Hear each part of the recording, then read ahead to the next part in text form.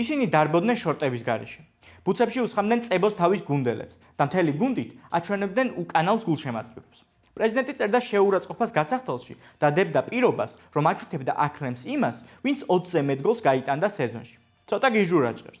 მაგრამ 6 წლის განმავლობაში ამ ბანდამ გაიარა 4 დივიზიონი ელიტამდე და ინგლისის თასის ფინალში ფორმის პიკში მყოფი ლივერპული დაამარცხა.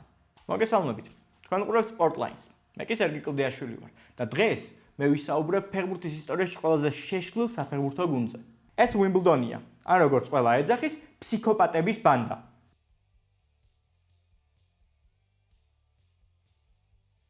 ფსიქოპატები 1-დან 0.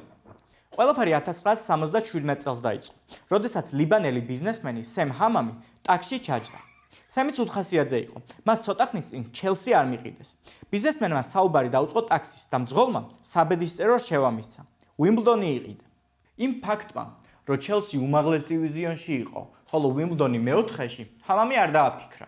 ლიბანელს ფეხბურთი არც კი აინტერესებდა, მაგრამ უყვარდა ტენისი და ლონდონი, სადაც უბრალოდ რაიმის ყიდვა სურდა სამახსოვროდ. ხო, ვიღაც მაგნიტებს ყიდულობს მაცივრისთვის სუვენირად და ვიღაც ფეხბურთის გუნდებს. მოკლედ, უიმბლდონი იდეალური აღმოჩნდა. მდებარეობს ლონდონის შემოგარენში. ჩელსზე ბევრად იაფიღებს და მსოფლიოს ჩოგბურთის დედაქალაქიც ახლოს არის. ამიტომ 1977 წელს ჰამამი ყიდულობს კლუბის აქციების 77%-ს, ხოლო 1991 წელს 100%-ს და ხდება გუნდის ერთპიროვნული მფლობელი. ახალ მთავარ მწვრთნელად ლიბანელი ნიშნავს დევიდ ბასეტს. ზედმეტსახელად ბინძური გარი. მას ამავე სახელის მქონე ფილმის გამო შეარქვეს ასე, სადაც მთავარი გმირი ცნობილი იყო არაკანონიერი, თუმცა ეფექტური მუშაობის მეთოდებით. და მოდი ვაღიაროთ, რომ დევიდ ბასეტმა ეს ზედმეტსახელი სრულიად დაიმსახურა. იგი ეუბნებოდა ფეხბურთელებს, რომ გზაზე მიეტოვებინათ შიშველი თანაგუნდელი. ისე, უბრალოდ გართობის მიზნით. ბინძური გარის გაყავდა ფეხბურთელების სამხედრო ბაზაზე, აცმევდა ფორმას და აიძულებდა ასეთ ფორმაში ევარჯიშათ. და ზოგიერთი ჭორის მიხედვით, ბასეტმა საკუთარი სახლიც კი ბანკში ჩადო, რათა 100,000 ფუნტიანი კრედიტი გამოეტანა და რამოდენიმე საჭირო ფეხბურთელი ეყიდა. 15,000-ად კლუბში მიიყვანეს ნაიჯელ უინტერბაუნი, რომელიც შემდეგ არსენალში 23-ჯერ უფრო ძვირად წავიდა. სწორედ ჰამამის და ბასეტის შეშლილი დუეტით დაიწყო უიმბლდონის საოცრება.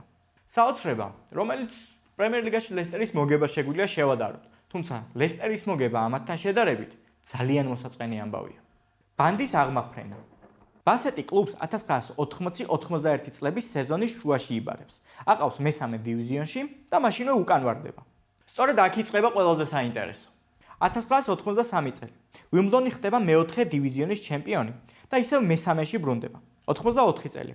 კლუბი უკვე მეორე ლიგაში გადადის, მეორე ადგილს იკავებს და 97 გოლი გააქვს სეზონში. 1985 წელს მე-12 ადგილი მეორე დივიზიონში, ხოლო 1986 წელს დაწინაურება უმაღლეს დივიზიონში. არც უიმბლდონამდე და არც უიმბლდონის შემდეგ არავის არ მოუხერხებია მეოთხე დივიზიონიდან უმაღლესში ასვლა სულ რაღაც 4 წელიწადში. ეს მხოლოდ უიმბლდონმა მოახერხა. მიესალმეთ დევიდ ბასეტის შეშლილ არმიას, ბრბოს, რომელიც სასტუმროში პირსახოცებს იპარავს. ქალბატონებო და ბატონებო, ნება-მომეცით წარმოგიდგენთ ფეხბურთის ფსიქოპატების ბანდა. ასე იწერებოდა ჟურნალისტი ტენის ტენსონი უიმბლდონის ერთ-ერთი თამაშის შემდეგ. სწორედ მაშინ შეერქვათ ეს ლეგენდარული სახელი და სწორედ მაშინ გაიგეს ინგლისის უმაღლეს ლიგაში, რომ შეშლილებთან საქმე მარტივად არ წავიდოდა.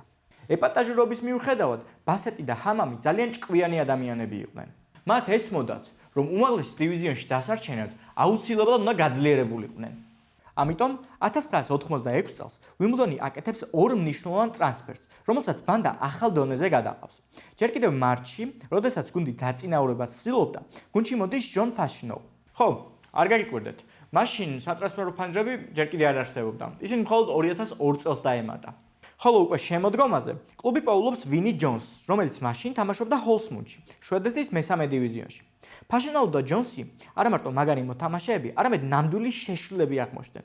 სწორედ ამიტომ ისინი უპრობლემოდ ჩადნენ კლუბის შემადგენლობაში. თითქოს ისინი სულ აქ თამაშობდნენ, რადგან კლუბის ახალი მეთაურები გახდნენ. მოკლე გზის ფეხბურთი. ალბათ ყველას ხსმენიათ დაარტყი და გაიქეცის ტაქტიკაზე. სწორედ ეს იყო უიმბლდონის ტაქტიკა. რატომ უნდა გააკეთო 25 მოკლე პასი? მხოლოდ ერთია საჭირო. საჯარიმოდან საჯარიმომდე. 15 დარტყმა გინდათ? მიიღეთ 10 კუთხური და 10 აუტი და შემდეგ თავზე ჩაუგდეთ თავდასხმას. ამტკიცებდა უიმბლდონის მწვრთნელი. თავის სტილს ბასეტმა სახელიც კი მოუფიქრა. უმოკლესი გზის ფეხბურთი. მაგრამ ყველაფერი ასე მარტივად არ იყო.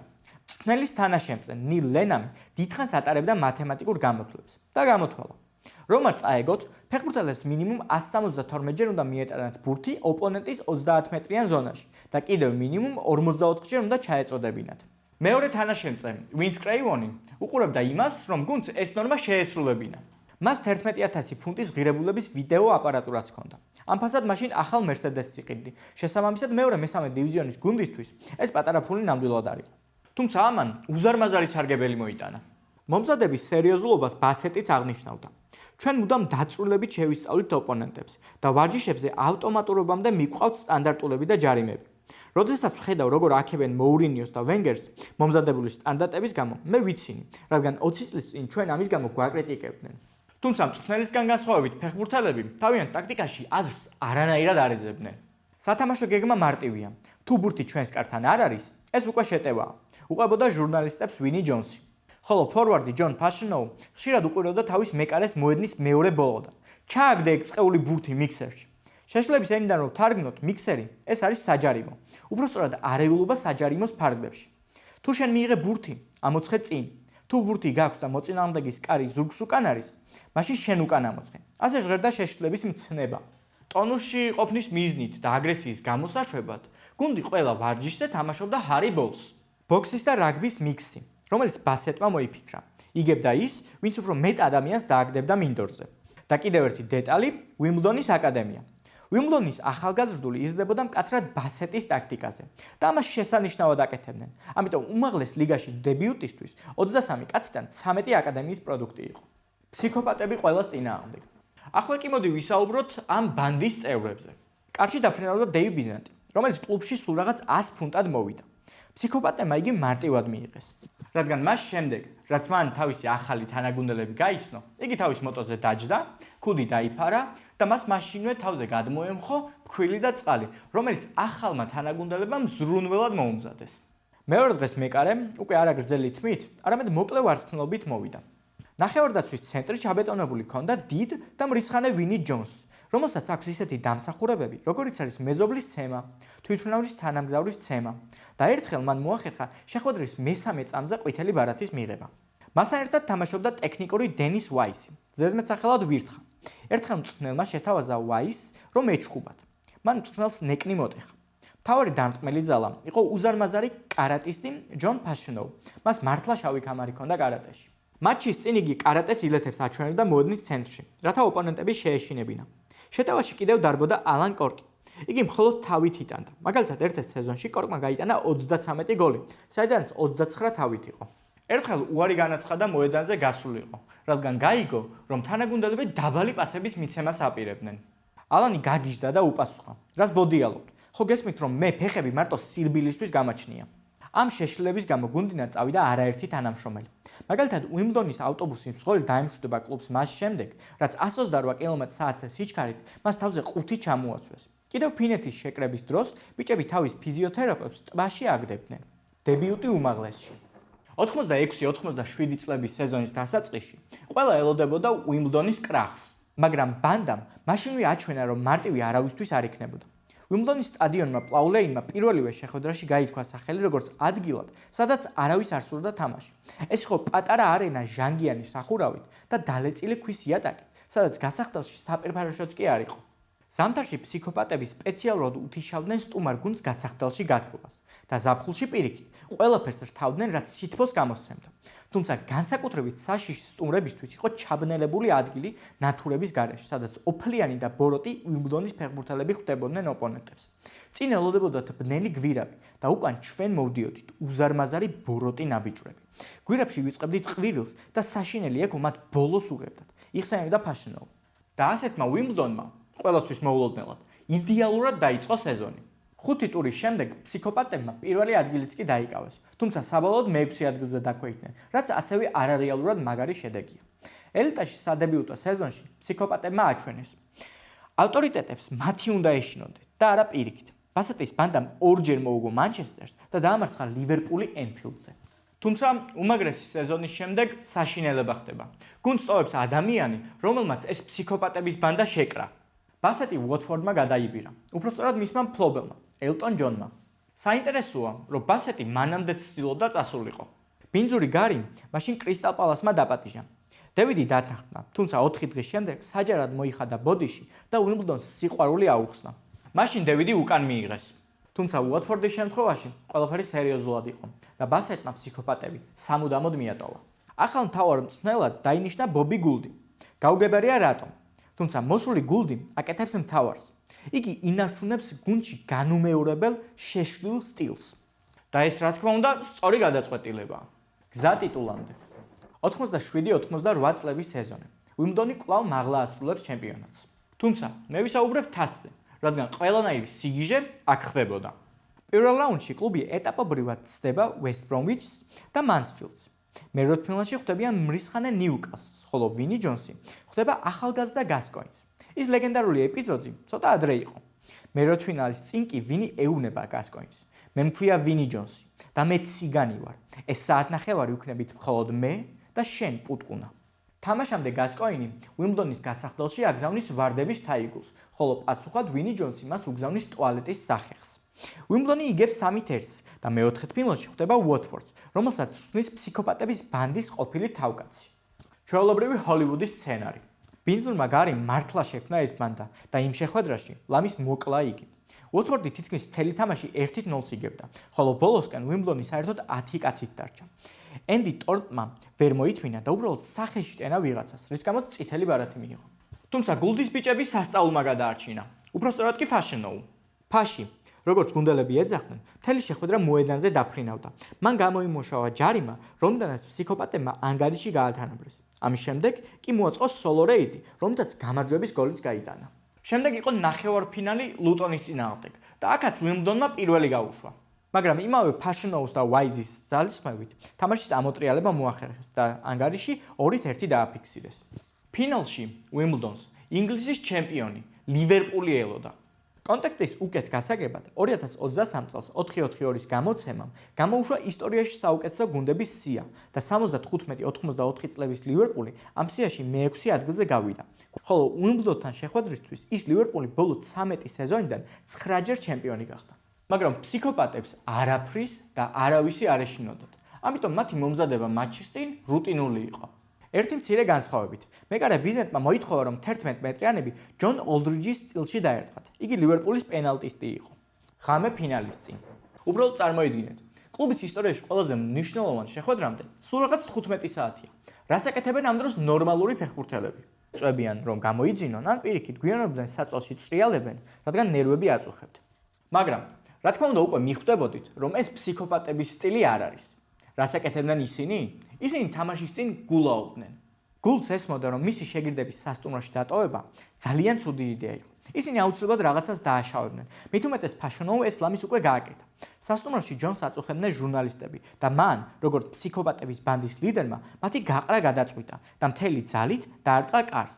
შედეგად ლამის შეხვედრა გამოტოვა მაჯის ტრამვის გამო. ამის შემდეგ მწვრთნელმა სასწრაფოდ გადაწყვიტა, რომ მისი ყველა ფეხბურთელისთვის 50 ფუნტი მიეცა და ბარში გაეშვა. თავად გულდი და მისი თანაშემწე იქვე მყოფ დაწესებულებაში გაიმართნენ, სადაც შემთხვევით გადაეყვნენ ვაის, ჯონს და გეილს. მწვრთნელმა მათ შეხედა და უთხრა: "სვამდით? ხედავ რომ კი, თქვენთვის უარესია. თქვენ სვამთ თქვენი ფული და დანარჩენები ახლა კლუბის ხარჯზე გულაობენ." სიტყვების გაგების შემდეგ სამეული რა თქმა უნდა ბარში გაფრინდა. და მწვრთნელის თანაშემწემ საკმაოდ საინტერესო რაღაც შეამჩნია. არ მეგონა თუ მათ ასე სწრაფად სირბილი შეეძლოთ. საოცრება უემბლიზე. და ამ ყველაფრის მერე ალბათ არ გაგიკვირდებათ თუ გეტყვით, რომ 14 მაისის დილას მთელი გუნდი ნაბახუსევზე იყო. და ამ მდგომარეობაში წავიდა ფინალზე. შეხვედრის წინ უიმბლდონს ბევრი აკრიტიკებდა. რამდენი ფეხბურთელი არის ისტორიაში, რომელსაც ეს თასი არ აუღია. თუ ვინი ჯონსი და უიმბლდონი დღეს მოგებას შეძლებენ, ეს იქნება ფეხბურთის დაცინვა. წერდნენ ერთ-ერთ გაზეთში. ფინალამდე რამოდენიმე საათით ადრე ლივერპულის მცველი ალან ჰანსონი BBC-ს ეთერში ამბობდა: "მე ვერ ხედავ უიმბლდონის ვერცერთ გულშემატკივრას. ყველგან ლივერპულია." ხოლო წითლების ლიდერი სტივ მაკმეჰანი ვინი ჯონს ტროლობდა ინტერვიუში: "მე ის პუტკუნა არ ვარ ნიუკასლიდან. ჩემთან ესეთი ნომერი არ გაგივა." თუმცა, როგორც კი სასტვენის ხმა გაისმა, მაკმეჰანი მაშინვე მიხვდა, რომ ვინი ჯონსი არ უნდა გაებრაზებინა. დღეს ვინი ამის გამო წითელს აიღებდა და დისკვალიფიკაციასაც მიაყოლებდნენ, მაგრამ მაშინ ყვითელიც არ აჩვენეს. შემდეგ ჯონსი ამბობდა, რომ უიმბლდონმა შეხვედრა სწორედ ამ მომენტში მოიგო. მაკმეჰანი თამაშს გამოეთიშა, ხოლო ფსიქოპატებმა სისხლის გემოიგრძნეს. 37 წუთზე უიმბლდონის დიდი ნაწილი უეცრად გაჩუმდა, რადგან ლორი სანჩესმა გოლი გაიტანა. შემსვენებაზე გულტი მხოლოდ იმაზე ფიქრობდა, როგორ შეენარჩუნებინა ანგარიში, რადგან მას ეშინოდა, რომ გუნდი სიცხეში ვერ გაძლებდა. ამიტომ ყველას ცივი შხაპის მიღება უბრძანა. კიდევ ერთი გარდამტეხი მომენტი მოხდა 71 წუთზე. ლივერპულმა 11 მეტრიანი გამოიმუშავა და ნიშნულთან ოლდრიჯი მივიდა. სწორედ ის ფორვარდი, რომლის დარტყმებზეც მეკარე მივარჯიშა. გამორბენი, დარტყმა და სეივი. ფსიქოპატების მეკარე უბრალოდ წაიკითხა მომენტი. ეს იყო პირველი გაფუჭებული 11 მეტრიანი ინგლისის თასის ისტორიაში. ამ მომენტის შემდეგ უიმბლდონს უბრალოდ არ შეეძლო გამარჯვების გაშვება. ფსიქოპატების ბანდამ, რომელმაც თავისი გზა ინგლისის მეოთხე დივიზიონიდან დაიწყო, აწია თასი თითქმის 100,000 მაყურებლის წინაშე. შეხვედრის შემდეგ პრეზიდენტი ჰამამი გულთან მივიდა, გვერდზე გაიყვანა და უთხრა: "ყველა გაყიდე. ამაზე უკეთესი რაც დღეს ვართ, ჩვენ ვეღარასდროს ვერ ვიქნებით." რაც არ უნდა დასანანი იყოს, იგი 100%-ით მართალი აღმოჩნდა. კლუბის სიკვდილი. ინგლისის თასის აღება ფსიქოპატებისთვის ერთდროულად სიხარულიც გახდა და წყევლაც. მათ თავი ვარსკვლავებად იგრძნეს და დიდ კონტრაქტებს გაეკიდნენ. გუნდი, რომელიც საძმოს გავდა, აღარ არსებობდა. ყოფილი განდეგილები დადიოდნენ გადაცემებში, იღებდნენ ფილმებში და იმის ნაწილი ხდებოდნენ, ვისაც ადრე დასცინოდნენ. პრეზიდენტი ჰამამი ბოლომდე ცდილობდა შეშლების სულისკვეთების შენარჩუნებას. 93 წელს დაინიზლოვა ფორვარდს 딘 ჰოლსვორდს თუ სეზონში 20 გოლს გაიტანდა, სემი საჯაროდ აკოცებდა შიშველ უკანალზე და გადაუხდა რესტორნის ვახშამს და თუ ვერ გაიტანდა, ზემოაღნიშნულს გააკეთებდა ჰოლსვორდი. სპოილერი, ჰამამმა წააგო და დანაპირებით შეასრულა. თუმცა დიდხანს მან ვერ გაკაჭა. იგი იძულებული გახდა გუნდი გადაეყვანა სელჰორსტ პარკზე, რადგან ძველი პაულ ლეინი ვერ აკმაყოფილებდა ლიგის სტანდარტებს. სტადიონის დაკარგვით უიმბლდონმა სული დაკარგა. ამას მთავარი მწვრთნელიც აღიარებდა. მისი გუნდი ვერ იტანდა სელჰორსტ პარკს. კი, გუნდი ისევ არ იყო ცუდი და ევროთასებზეც კი პრეტენზია ჰქონდა, მაგრამ აღარავინ აღარ აღიქვამდა მათ იმ ფსიქოპატების ბანდად. გაქრა გულშემატკივრებთან ერთობა. შეიცვალა თამაშის სტილი. ჰამამმა დააპირა გუნდის ირლანდიაში გადაყვანა. თუმცა პრემიერლიგაში ეს ვერ გაიგეს, ამიტომ ლიბანელმა ბიზნესმენმა გუნდის 80% გაყიდა, ხოლო 2000 წელს დარჩენილი 20%-ით მოიშორა. და სულ რაღაც 3 თვის შემდეგ, რაც უიმბლდონი ბოლო ფსიქოპატმა დატოვა, უიმბლდონი ჩემპიონშიპში გავარდა. მალევე 2004 წელს კლუბი პრაქტიკულად წყვეტს არსებობას. გუნდი გადადის საერთოდ სხვა სტადიონზე, ცვლის ემბლემას და სახელსაც კი. და სწორედ ამ დროს გულშემატკივრები, რომლებიც ხედავენ საით მიდის გუნდი, ქმნიან თავიანთ უიმბლდონს ბლეკჯეკით და ფსიქოპატებით.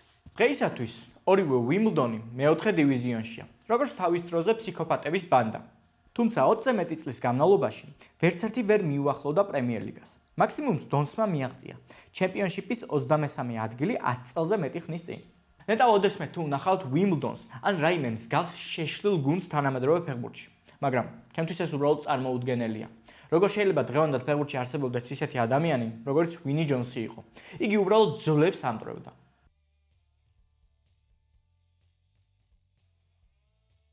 ისათვის სულ ეს იყო. კომენტარებში აუცილებლად დამიწერეთ, როგორ მოგეწონათ ფსიქოპატების ისტორია და ისურვებდით თუ არა კიდევ მსგავს ვიდეოებს არხზე. და ასევე აუცილებლად დამიწერეთ, რომელი ისტორია უფრო საინტერესო არის თქვენთვის, ლესტერის თუ ამ ფსიქოპატების ბანდის. და თუ ეს ვიდეო ძალიან მოგეწონათ, აუცილებლად გამოიწერეთ ჩემი არხი და ვიდეოს დაალაიქეთ. შეხვედრამდე.